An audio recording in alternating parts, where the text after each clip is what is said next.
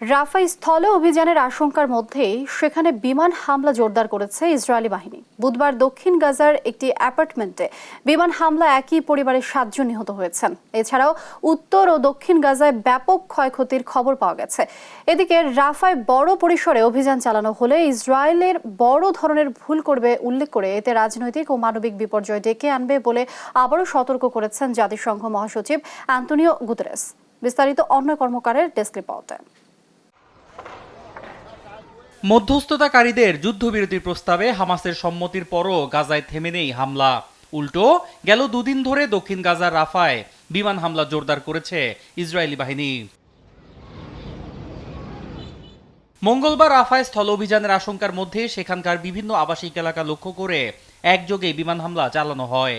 যদিও এর আগেই রাফায় স্বল্প পরিসরে স্থল অভিযান শুরুর লক্ষ্যে সেখানকার পূর্বাঞ্চল থেকে 1 লাখ বাসিন্দাকে নিরাপদ আশ্রয়ে সরে যাওয়ার নির্দেশ দেওয়া হয়। তবে স্থল অভিযান শুরু না হলেও ওই ঘোষণার পরপরই গোটা রাফায় বিমান হামলা জোরদার করে ইসরায়েলি বাহিনী। রাতভর হামলা শেষে গোলাবর্ষণ অব্যাহত থাকে বুধবার সকালেও। এদিন দক্ষিণ গাজার জেইতুন এলাকার একটি অ্যাপার্টমেন্ট লক্ষ্য করে বিমান হামলা চালানো হলে স্বামী, স্ত্রী ও সন্তান সহ একই পরিবারের 7 জন নিহত হওয়ার খবর জানায় আন্তর্জাতিক গণমাধ্যম। এছাড়াও হতাহত হন আরও অনেকে। হামলায় বহু আবাসিক ভবন ক্ষতিগ্রস্ত হয়েছে বলেও জানানো হয়। এদিকে রাফায় পুরোদমে অভিযান চালানো হলে ইসরায়েল কৌশলগত মারাত্মক ভুল করবে বলে আবারও সতর্ক করেছেন জাতিসংঘ মহাসচিব আন্তোনিও গুতেরেস। একই সঙ্গে এর মধ্য দিয়ে গোটা গাজা উপত্যকায় রাজনৈতিক ও মানবিক বিপর্যয় দেখা দেবে বলেও আশঙ্কা করেন তিনি। We are at a decisive moment for the Palestinian and Israeli people and for the fate of the entire region. তবে রাফায় আপাতত স্বল্প পরিসরে অভিযান চালানো হচ্ছে বলে যুক্তরাষ্ট্রকে জানিয়েছে ইসরায়েল।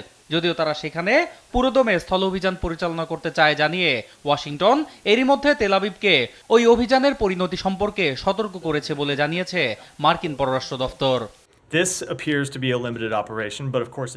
ইসরায়েল আমাদেরকে জানিয়েছে তারা রাফায় যে ধরনের অভিযান চালাচ্ছে তা খুবই স্বল্প পরিসরে। যদিও আগামী দিনে অভিযানের মাত্রা কেমন হবে তা ভবিষ্যতের ওপর নির্ভর করছে। তবে এটা ঠিক, তারা রাফায় পুরোদমে স্থল অভিযান চালাতে চায়, যার পরিণতি সম্পর্কে আমরা ইতিমধ্যে তাদেরকে সতর্ক করেছি। এদিকে গাজায় ইসরায়েলি আগ্রাসন বন্ধ না হলে তেল আবিবের সঙ্গে কোনো ধরনের যুদ্ধবিরতি চুক্তিতে যাবে না বলে আবার সাফ জানিয়ে দিয়েছে হামাস।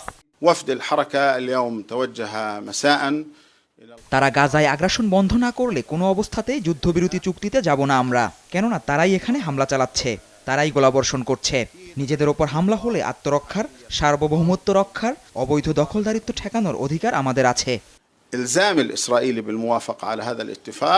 এদিকে রাফায় স্থল অভিযানের আশঙ্কার মধ্যেই ইসরায়েলে অস্ত্র সরবরাহ বন্ধ করে দিয়েছে যুক্তরাষ্ট্র।